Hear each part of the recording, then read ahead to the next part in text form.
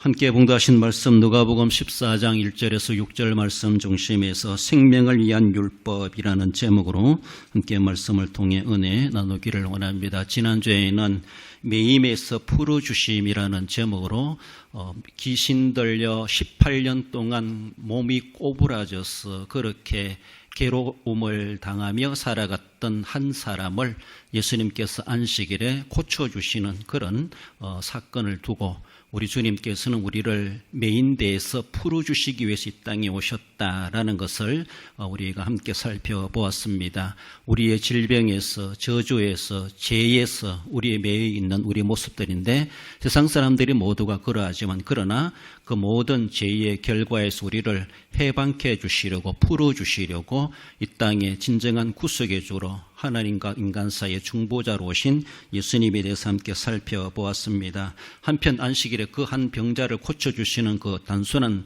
사건만이 아니라 그 귀신에 매여가지고 괴롭힘을 당하는 그 사람을 풀어주시는, 그래서 몸을 곧게 펴고 바르게 살아가고 괴롭힘을 당하지 않게 하셨다라고 하는 것처럼 하나의 실제적인 사건이지만은 바로 이 세상에 살아가고 있는 모든 인생들, 모든 사람들을 그런 을매인 곳에서 괴로움을 당하고 살아가고 있는 모든 죄인들을 해방케 해주시고 이 땅에 오신 예수님이시다라는 것을 우리는 생각해 보며, 그러므로 우리가 어떤 문제가 있다 할지라도 주님 앞에 가지고 나아갈 때 모든 병, 모든 문제, 모든 근심을 해결해 주실 수 있는 전능하신 하나님이심을 기억하며 우리의 죄의 문제를 할지라도 주님 앞에 가지고 나아갈 때 주님의 십자가의 보혈로 정결함을 입는다라는 것을 우리가 늘 생각하며 늘 주님 앞에 어떤 모양 모습이라도 가지고 나아갈 수 있는 우리의 모습이 되어야 할 것입니다. 오늘은 이렇게 율법적인 모습에서 말씀해 주고 있는데 생명을 위한 율법, 이 율법은 뒤에도 말씀드리지만은 사람이 만들어낸 법이 아닙니다. 이건 하나님의 계시의 말씀이에요. 하나님의 계시의 법이죠. 그렇습니다. 그래서 우리는 율법과 복음 신약에 와서는 조금 색깔 다르게 생각하다 보니까 율법은 이제는 폐기되었고 율법은 쓸모없는 법처럼 구약시대만 적용되는 법 같고 그 법은 별로 가치가 없는 것이 여겨지는데 결코 그렇지 않습니다. 뒤에도 말씀드리지만 율법도 복음도 다 하나님에게 출처하고 있고 하나님이 주신 것입니다. 그러므로 하나님이 주신 법이고 더 나아가서는 하나님의 나라의 법입니다. 하나님 나라의 백성으로서 우리가 지켜가야 될 하나님이 명하신 계시하신 법이시다라는 것이죠. 그러므로 그 법은 궁극적으로 우리를 생명으로 인도하고 영으로 인도해 주는 그런 법이라는 것을 우리는 생각해야 되죠. 그 말씀대로 그 법대로 살아갈 때 우리를 생명으로 인도해 주는 안내자와도 같다, 안내서와도 같다. 우린 그렇게 생각하며 율법의 선입견을 갖지 말고 율법과 복음 모두가 다 하나님이 우리에게 주신, 우리를 위해서, 우리의 생명을 위해서 주신 하나님의 계시의 말씀이다라는 것을 먼저 이해할 수 있기를 원합니다. 생명을 위한 율법이라는 제가 주시는 말씀 본문을 두고 훑어가면서 함께 살펴봅니다. 안식일에 예수님께서 이렇게 바리새인의 집에 식사 초대를 받게 된 사실을 1절에서 말씀합니다. 예수님께서 예루살렘으로 향하여 가시는 그런 가운데 누가복음 13장에 보면 이제 예루살렘에 가시는 길 가운데 사마리아 땅이 아니라 요단강 동편 우편으로 그래서 둘러서 가시는가 봅니다. 그래서 헤롯 안디바스 헤롯 왕이 다스리는 그 통치 영역인 요단 동쪽 베레아에 가게 되죠. 베레안 지역에 갔을 때에 안식일을 맞이하게 되고 그래서 거기서 바리새인 집에 식사 초대를 받은 사건이 오늘 본문의 배경으로 보여지고 있습니다. 그 가니까 바리새인이 예수님을 초청하게 되었고 아마 순서대로 바라보면은 안식일에 하나님 앞에 성전에서 예배 드리고 난 이후에 식사 시간이 되었을 때 예수님을 바리새인이 자기 집으로 초대하지 않았나 그렇게 볼 수가 있습니다. 물론 예수님만 가신다는 것이 아니죠. 예수님의 뒤에는 12명의 장정 제자들이 뒤따르고 있다는 것을 바라볼 때 그 식사 초대라는 것이 그렇게 단순한 식사가 아니다라고 볼 수가 있습니다. 아무튼 거기에 바리새인의 집에 식사 초대를 받고 갔을 때 거기에 가보니까 바로 수종병 든 자가 있었다. 그렇게 성경은 말해주고 있습니다. 그래서 사람들은 그렇게 있는 것 가운데 수종병 든 자가 왜 있을까? 주석가들은 그렇게 말합니다. 예수님을 식사 자리로 초대하면서 이 수종병든 자를 예수님이 보셨을 때 오늘이 안식일인데 병을 고치는가 안 고치는가 엿보기 위해서 일부러 데려다 놓았다 이런 식으로 주석가들은 이야기하기도 합니다. 바리새인들의 속셈이 계속 그러하죠. 우리가 13장에서도 보았던 것처럼 예수님이 행하는 모든 행동 거지에 대해서 그들은 호시탐탐 노려보고 있어요. 세상을 해롭게 하시는 예수님이 아니심에도 불구하고 그래서 세상의 사람들을 이롭게 만들고 문제를 해결해주고 말씀을 가르치고 또 환자들을 만나면은 어떤 병이랄지라도 고쳐주고 귀신을 쫓아내주고 그날이 어떤 날이든 안식일할지라도 서슴지 않게 예수님은 병 고치는 사역을 그렇게 행하여 가셨습니다. 그렇습니다. 가르치고 선포하고 치유하는 사역은 예수님의 3대 사역, 어떤 상태 어느 날 일할지라도 주님은 그 사역은 늘 안식일이랄지라도 변함없이 행하여 이렇게 오셨던 것을 아마 바리새인들도 잘 알고 있을 겁니다. 그래서 이제 베레아 지역에 왔을 때 예수님을 자기 집으로 초대하면서 거기에 왜 수종병든 자가 있었겠는가? 주석가들은 의문을 제기하면서 예수님의 행동을 보려고 일부러 데려다 놓았다 이렇게 생각을 하고 있습니다. 진짜 그랬는지 알 수 없지만은 일단은 그렇게 예수님과 환자가 부닥치게 되는 그런 모습을 볼 수 있죠. 수종병이 무엇인가? 이전 성경에서는 고창병 그렇게 말을 하고 있습니다. 기록된 것으로 바라볼 때 보니까 신체의 세포 조직이나 각종 각막의 협장액이 비정상적으로 축적된 상태를 가리키며 대개 심장에 결함이 있거나 신장이 병들었을 때 발생하는 병이다. 그렇게 이야기합니다. 정확히 의학적으로 어떤 병인지는 전 자세히 알 수 없겠지만은 아무튼 이 병으로 그는 상당히 많은 심장이나 신장 쪽에 이상이 있는 그런 사람이다. 이렇게 볼 수가 있고 이것 때문에 사람이 내수증이나 복수증이나 몸이 붓는다든가 이런 현상들이 외적으로 드러나는가 봅니다. 아무튼 정상적이지 못한 그런 큰 병을 앓고 있는 한 환자를 예수님이 그렇게 만나게 된 것이죠. 식사 초대하러 가가지고 못 뽐쩍여도 되겠지만은 예수님은 그냥 보고 지나칠 수가 없으셨다라는 것을 볼 수 있죠. 왜 사람들은 예수님이 하시는 일에 대해서 꼬시꼬시 흠을 잡으려고 우리도 사람을 볼 때에 털면 먼지 안 날 사람 없다 이렇게 말하는 것처럼 좋은 일을 해놓고도 사람들에게 오해를 받을 수가 있고 사람들이 이상한 관점으로 봄으로 인하여서 정말로 부정적인 결과를 낳는 것처럼 그런 헛된 소문들이 나도는 것을 볼 수가 있어요. 그래서 안 한 것 맛도 못할 정도로 여러 가지 자기에게 돌아오는 그런 불이익이 있는 것을 볼 수가 있습니다. 우리가 지나가면서도 어떤 교통사고가 났다. 내가 목격자다. 내가 목격자로 자진해서 나간다는 게 쉽지가 않아요. 그렇잖아요? 괜히 이리저리 가라 하고 뭐 봤나 어떻게 됐나 목격자라는 것이 목격자도 나서는 것에 대해서 유익한 사람도 있는가 하면은 불리한 사람도 있어요. 내가 목격자로 증언하면은. 그러니까 거기에 관여 안 하고 싶어 하는 거예요. 관여 안 하고 싶어 하는데 이렇게 사람들은 뭔가 선한 일을 해놓고도 사람들에게 오해를 받고 내가 선한 일을 해놓은 것이 도리어 내게는 불이익이 되는 그런 모습들이 없잖아 세상에 있기도 합니다. 물론 정당하게 가려내기 위해서 목격자가 필요하기도 한데 예수님이 행하시는 그 모든 일은 어쩌면 정당한 일이고 사람들을 유익하게 만드는 일입니다. 예수님은 환자들을 고쳐주신다 할지라도 어떤 영리 목적으로 그렇게 하시는 것이 아니라 일단은 돕는 거예요. 불우한 이웃을 돕는 차원에서 물질이 필요하면 물질을 주고 말씀이 필요하면 말씀을 주고 상담이 필요하면 상담해 주시고 그들에게 길을 제시해 주시고 또 육체의 질병이 있으면 병 고칠 수 있는 능력이 계시기 때문에 고쳐주는 겁니다. 뭔가 대가를 바라고 행하시는 것이 결코 아니고 오늘날처럼 어쩌면 세상 사람들이 인기를 얻기 위해서 하는 것도 결코 아니라는 것입니다.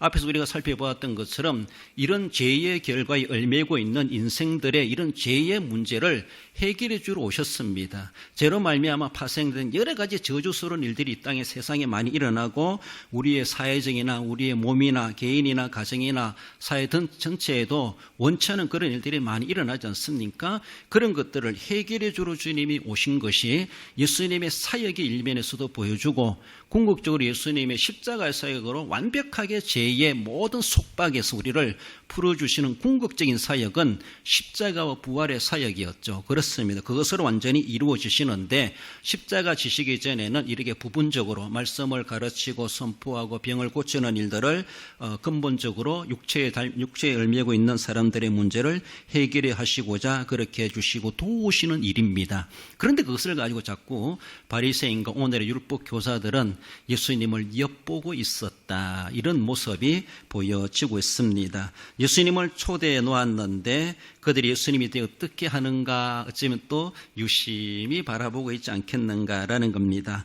안식일에 병 고치는 것이 합당한지 예수님이 먼저 물으십니다. 3절에 그 율법 교사들에게, 그리고 율법 교사와 바리새인들의 한자를 받겠죠. 예수님이 아마 예수님은 이 바리새인들의 내심을 이미 다 읽고 계셨다라고 볼 수가 있습니다. 그래서 예수님이 먼저 바리새인에게 물어요. 안식일에 병 고치는 것이 합당하냐? 물었을 때 그들이 뭐라고 말했어요? 잠잠하거늘, 잠잠했어요. 아무 말도 못했어요. 자기들이 진짜 병 고치는 것이 잘못됐다고 하면 안 됩니다, 고치면 안 됩니다, 안식일을 범하는 죄입니다, 자기들을 주장을 정말 소신 있게 말했어야 되죠. 말하지 않습니다. 말하지 않고 아무 말 않고 침묵으로 대응하는 이러한 모습을 볼 수가 있죠. 사실 바리새인들은 오늘 본문에서 예수님의 일행을 이렇게 식사 대접을 하는, 쉽게 말하면 큰 식사 파티는 배설하면서도 한 사람의 병을 고치는 것에 대해서는 율법을 범하는 것으로 그들은 인식했다는 겁니다. 인식했어요. 예수님의 일행을 대접하기 위해서 얼마나 식사 준비를 했겠는가.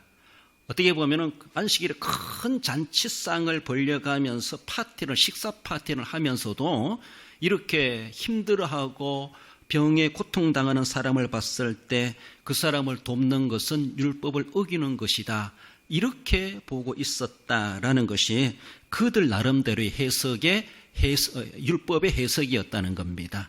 그렇습니다. 그렇다면 안식일 날은 파티도 하지 말아야 되지.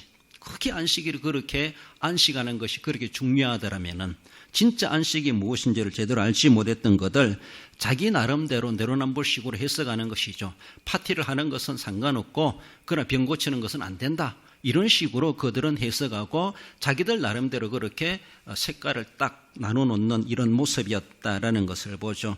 그들이 아무 말이 대답을 하지 않았습니다. 그러나 예수님은 여전히 그들이 무슨 대답을 하든 잠잠하든 병든 자를 고쳐서 돌려보내셨다라는 것을 그렇게 말씀하십니다. 예수님은 우리의 질병이나 저주나 죄에 얽매인 인간들을 거기에서 우리를 해방케 해주시러 이 땅에 오신 주님의 사역을 병자를 고쳐주시는 것을 통해서 보여주십니다. 앞으로 장차 그리스도 안에서 구속함을 받는 사람들은 이런 죄의 저주에서, 질병의 저주에서 우리를 노임을 받게 해주신다는 하나님의 놀라우신 은혜가 우리에게 임한다라는 것을 말씀하고, 그리스도 안에 있으면은 하나님 나라 영생복락을 누리게 되는데 거기 가서는 더 이상 죄의 결과에, 죄의 저주에 빠지지 아니하고 질병도 눈물도 한숨도 죽음도 없는 하나님 나라 영생의 은혜를 누리게 될 것을 그렇게 보여주시고, 오직 예수님만이 질병에서 해방케 해주시고 저주에서 해방케 해주시고 죄에서 우리를 해방케 해주시는 유일하신 구세주이시고 길이요 진리요 유일하신 생명이 되신다라는 것을 그렇게 보여주십니다. 예수님은 비영리적인 사역을 해오셨습니다. 만약에 일반 병원이라 할지라도 영리 목적으로 하는 그런 병원이라 할지라도 응급 환자가 있을 때는 분명히 돌봐야 되죠. 그렇잖아요. 오늘은 안식일이기 때문에 안식일 때문에 우리는 안 됩니다. 물론 주일날 우리가 일부러 영업할 필요는 없지만은 위급한 환자가 왔을 때 여러분들이 길을 가다가도 주일날이라고 해서 안식일날이라고 해서 막 어떤 교통사고를 당해가지고 외부 사람 도움을 필요로 하는데 나는 안식일이니까 절대로 도움 안 돼 이러면서 거기 그냥 지나간다는 것은 이미 강도 만난 달을 지나가는 제사장이나 레위인과 다를 바가 없는 우리의 모습일 수 있습니다. 자기 의의를 지켜가려고 할지 모르지만은 의의를 실천하는 것에 대해서는 하나님 앞에 칭찬받을 수 없는 그런 모습이 아니겠나라는 것을 볼 수가 있습니다. 안식일의 진정한 정신이 무엇인가, 이것을 예수님은 이 사건을 통해서 다시 한 번 더 보여주십니다. 그러시면서 교훈하시죠. 병자를 고쳐 돌려보내시고 나서 안식일에 우물에 빠진 아들이나 소가 있을 때 너희들 끌어내지 아니하냐? 여전히 너희들은 그 일을 하지 않느냐? 양이 빠졌던 사람이 빠졌던 소가 빠졌던 그렇게 수렁에 빠져 있고 그 건져내야 하는 것은 지극히 당연한데 안식일이라고 내버려 두겠느냐? 아니라는 것이죠.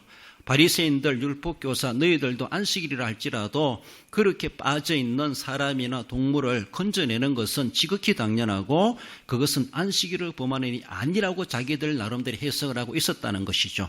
그렇습니다. 이런 모습에서 또 바리새인들은 대답하지 못했다라는 것을 말하고 있습니다. 맞습니다. 우린 그렇게 합니다. 이렇게 대답해야 되는데 자기들의 자기들의 그런 믿음에 대해서 예수님 앞에 아주 소신 있게 답을 못하고 있는 그런 모습. 병 고치는 것이 합당하냐 안 하냐 물었을 때도 아무 말도 안 하고 안식일에 우물에 빠진 사람이 있거나 그리고 짐승이 있을 때 가축이 있을 때 건져내지 않느냐 물었으면은 물음에 대해서 자기들의 소신껏 틀리면 틀린 대로 맞으면 맞는 대로 생각하지 말고 자기들이 지금까지 해오던 그대로를 소신 있게 말할 수 있어야 되는데 말하지를 못했다라는 겁니다. 한편에서는 예수님을 대접하기 위해서 모셨다고 보는데 어떻게 보면은 그 바리새인다운 생각이 뭔가 하면은 예수님의 행동에 대해서 꼬투리를 잡으려고 파티를 하나의 핑계 삼은 것은 아닌가, 예수님을 그래서 일부러 이곳으로 모셔온 것이 아닌가라고 하는 것을 우리는 그렇게 볼 수가 있습니다. 앞에 지금까지 바리새인들의 행동 거지가 다 속셈이 다 그게 드러나고 있어요. 이것도 오늘의 본문의 내용도 바리새인들이 그런 속셈을 가지고 예수님을 대접하는 것 같이 하면서 대접도 했겠죠. 대접도 하면서도 또 예수님이 하시는 행동을 뭔가 꼬투리를 잡으려고 하는 이러한 내심, 진짜 목적이 그것이 아니었겠는가라고 할 수가 있는데 결과적인 모습이 어떻게 됐어요? 자기들이 파놓은 함정에 도리어 자기가 빠져버렸다라고 볼 수가 있어요. 예수님은 이미 다 그들의 속셈을 다 알고 계셨고 그들에게 의문이 제기되고 있는 것에 대해서 예수님이 먼저 질문을 하신 것이죠.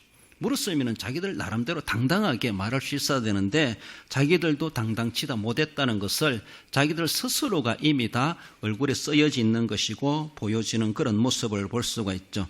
자기들이 파놓은 그런 함정에 자기가 빠지는 것처럼 자기들의 어떤 행동들이 도리어 부메랑이 돼가지고 자기에게 돌아와가지고 자기들을 불리하게 만드는 그런 결과가 되었다라는 겁니다. 여러분들 율법에 대해서 무지했기 때문에 그렇게 자구적 해석을 한다는 것이죠.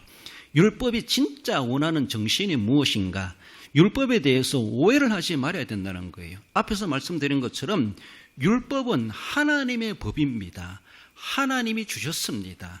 그 율법을 위해서 우리를 올가매기 위해서 우리를 억압하기 위해서 하나님이 인간의 자유를 속박하기 위해서 하나님이 주신 율법이 결코 아니라는 거예요. 구약시대도 모든 사람들이 죄를 범하여서 제 소견대로 살아가고 있는 그들, 저러다가 멸망당하는 것이 노아시대나 다를 바가 없는 하나님의 공의가 있습니다.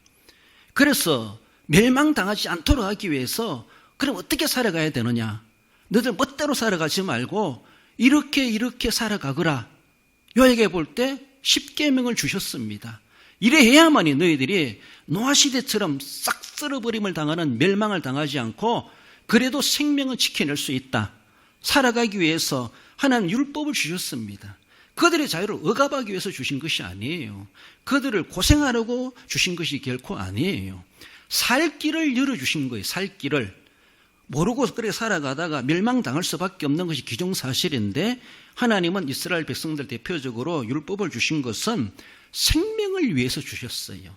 생명의 법이 바로 율법이라는 것이죠. 하나님이 우리에게 주시는 것은 피조세계, 더욱이 우리 인간들에게 하나님의 형상으로 만들어 놓은 우리들을 억압하게 하시는 하나님의 은총은 없어요. 그런 은총은 없어요. 하나님이 주시는 모든 계시의 말씀과 더 나아가서 하나님의 징계를 할지라도 우리는 믿음으로 받아야 되고 아멘으로 받아야 되고 그것은 다 우리를 위해서 주시는 거예요. 우리를 위해서. 하나님이 주시는 것은 모든 것이 선하심에 감사함으로 받으면 버릴 것이 없나니. 그래서 우리가 믿음으로 받으면은 율법 그 자체는 바로 우리 생명을 보존을 위해서 하나님 주셨는데 율법을 자기들 마음대로 이렇게 저렇게 난도질하고 해석하고 어떤 것은 안 되니 이런 건 되니 하면서 율법의 제대로의 정신을 저들은 알지를 못했다는 것이죠. 율법의 근본적인 정신은 생명을 위한 것이다. 생명을 위한 것이라는 것을 생각해야 되는데, 그래서 물에 빠진 아들이나 소는 끄집어내면서 진짜로 영적으로 지금 귀신에 얽매여 있는 사람, 우리 지난주에도 봤던 꼬부라져서 18년 동안 귀신 들려서 사탄에게 얽매여 있었다라고 예수님이 말씀하시는 것처럼, 그런 영적으로 그렇게 얽매여 있는 그런 것에 대해서는 그들은 제대로 보지를 못했다는 것이죠. 그것을 놓아주게 되시는 것, 풀어주게 되시는 것, 노임을 받게 하시는 것이, 즉 생명을 얻게 하고 안식과 행복을 누리게 하시는 법이 하나님의 법이고 하나님 주시는 은혜라는 것을 우리는 생각해야 되죠. 더 나아가서는 그들은 나쁜 마음을 가진 나머지 그런 행동을 했다라는 것이죠. 율법에 오해가 있었고, 그리고 예수님에 대한 괜시리 시기하고 질투하고 음해하고자 하는 그런 모습, 결국 이런 종교 지도자들에 의해서 예수님의 그들의 음해에 의하여서 예수님이 십자가 고난을 당하시지 않습니까? 하나님의 전체적인 섭리하심이겠지만은 예수님을 그렇게 십자가에 처형받게 하는 죄인 아닌 사람을 죄인처럼 취급해가지고 예수님을 죽게 만드는 것들이 그들이 나쁜 마음에서 이미 시작되었다라는 것이죠. 그들이 어쩌면은 하나님 주시는 율법을 지키는 것이 아니라 도리어 율법을 오해한 나머지 생명을 살리는 일에 해가야 되는데, 생명을 살리기보다는 도리어 사람을 죽이려고 하는데 그들은 서슴지 않았던 바리새인들, 유대 종교 지도자들이었다라는 것을 볼 수가 있습니다. 물론 우리가 하나님의 말씀을 가지고 율법을 가지고 우리 인간이 얼마나 나약한 존재인가라는 것을 깨닫게 해주십니다. 그리고 내가 하나님 앞에 이런 많은 죄를 짓고 범하고 살아가고 이 계명 저 계명 많이 어기고 살아왔구나, 죄인이라는 것을 알게 해주시는 것이 율법의 존재 목적이기도 하다라는 것이죠. 그래서 우리가 성경을 보면서 전체적으로 다 성경이 율법이라 할 수가 있고 구약의 율뿐만이 아니라 하나님의 말씀을 보면서 하나님의 말씀을 통해서 내가 얼마나 연약한 존재인가, 하나님 얼마나 위대하신 분이신가, 하나님께서 왜 우리에게 성경을 주셨는가, 구약시대 왜 계명을 주시고 율법을 주셨는가, 우리를 멸망치 아니하고 생명을 지켜가도록 하기 위해서, 더 나아가서는 영생을 얻도록 하기 위해서 하나님이 구약시대는 율법을 주셨고 율법대로 지키며 살아라, 그렇게 말씀하신 것이고, 그리고 오늘 와서는 복음을 주시면서 믿음으로 모든 율법을 완성하신 예수님을 믿음으로 우리가 율법을 지킨 자로 인정되어 구원함을 받게 된다는 사실을 우리에게 보여주셨습니다. 율법을 완벽하게 지켜가지고 하나님 앞에 의롭다 인정받을 사람 아무도 없습니다. 그래서 그 율법 속에는 예수 그리스도가 담겨져 있다는 것이죠. 우리가 하나님 주신 율법이 너무나 귀한 것이지만은 우리는 다 행함으로 지킬 수가 없습니다. 그래서 어떡하겠습니까? 다 지키려고 몸부림치도 인생을 다해도 완벽하지 못하여서 하나 지킨 것 같지만은 또 다른 곳에 보면 그게 또 범한 것이 있어. 하나님 앞에는 모든 율법을 다 범해야 죄인이 되는 것이 아니라 달랑 한 가지만 어겨도 하나님 앞에는 죄인이에요. 그 죄 때문에 하나님 앞에 징계받는 거예요. 그렇습니다. 크고 작은 따진 것은 두째적인 문제고, 그러므로 내가 연약하기 때문에 하나님, 우리가 율법을 지키려고 하지만 다 지킬 수 없습니다. 어떡하겠습니까? 그러면서 하나님께서는 율법 속에 이미 우리에게 보내실 메시아가 이미 다 담겨져 있어가지고 우리에게 주셨다는 것이죠. 그래서 율법을 지키려고 하면서 우리 율법을 완성케 하실 메시아를 보내주시겠다. 어린 양으로, 유월절로, 절기로, 안식일로 모든 의식을 통해서 예수 그리스도를 예표하는 메시아를 보내주실 것에 대해서 하나님께서 다 보여주셨습니다. 그래서 메시아를 보내주시옵소서, 그리스도를 보내주시옵소서, 우리를 대속해 주실 분을 보내주시옵소서. 그래서 유대인들은 그 소망을 가지고 계속 기도해 주지 않았습니까? 정치적인 메시아가 아니라 우리의 영혼을 구원해 주실 진정한 메시아를 하나님이 보내주시며 약속한 대로 그들은 율법을 지키면서 예수 그리스도의 초림을 그들은 기다림이 그들의 가져야 될 믿음이었다라는 것입니다. 신약에 와가지고 사도 바울이 자꾸 율법과 복음을 비교하면서 복음을 상당히 강조하는 그런 모습으로 서신을 쓰다 보니까 우리의 인식에 자꾸 율법은 이제는 폐기돼야 되고 율법은 우리의 별 소망도 없는 것이고, 물론 시대적으로 바라보면은 이 복음 속에 율법이 다 들어있습니다. 다 들어있어요. 그러나 지금도 우리는 구약 성경을 존중해야 됩니다. 율법도 모세오경도 존중해야 됩니다. 십계명도 존중해야 됩니다. 그 정신을 가지고 하나님을 섬겨가야 되죠. 율법도 하나님에게서 나왔고 예수 그리스도 복음도 하나님에게서부터 왔습니다. 우리를 위해서, 우리의 구원을 위해서, 우리의 생명을 위해서, 우리의 영생을 위해서 구약시대에 율법을 주셨고 신약시대에 우리에게 복음을 주셨습니다.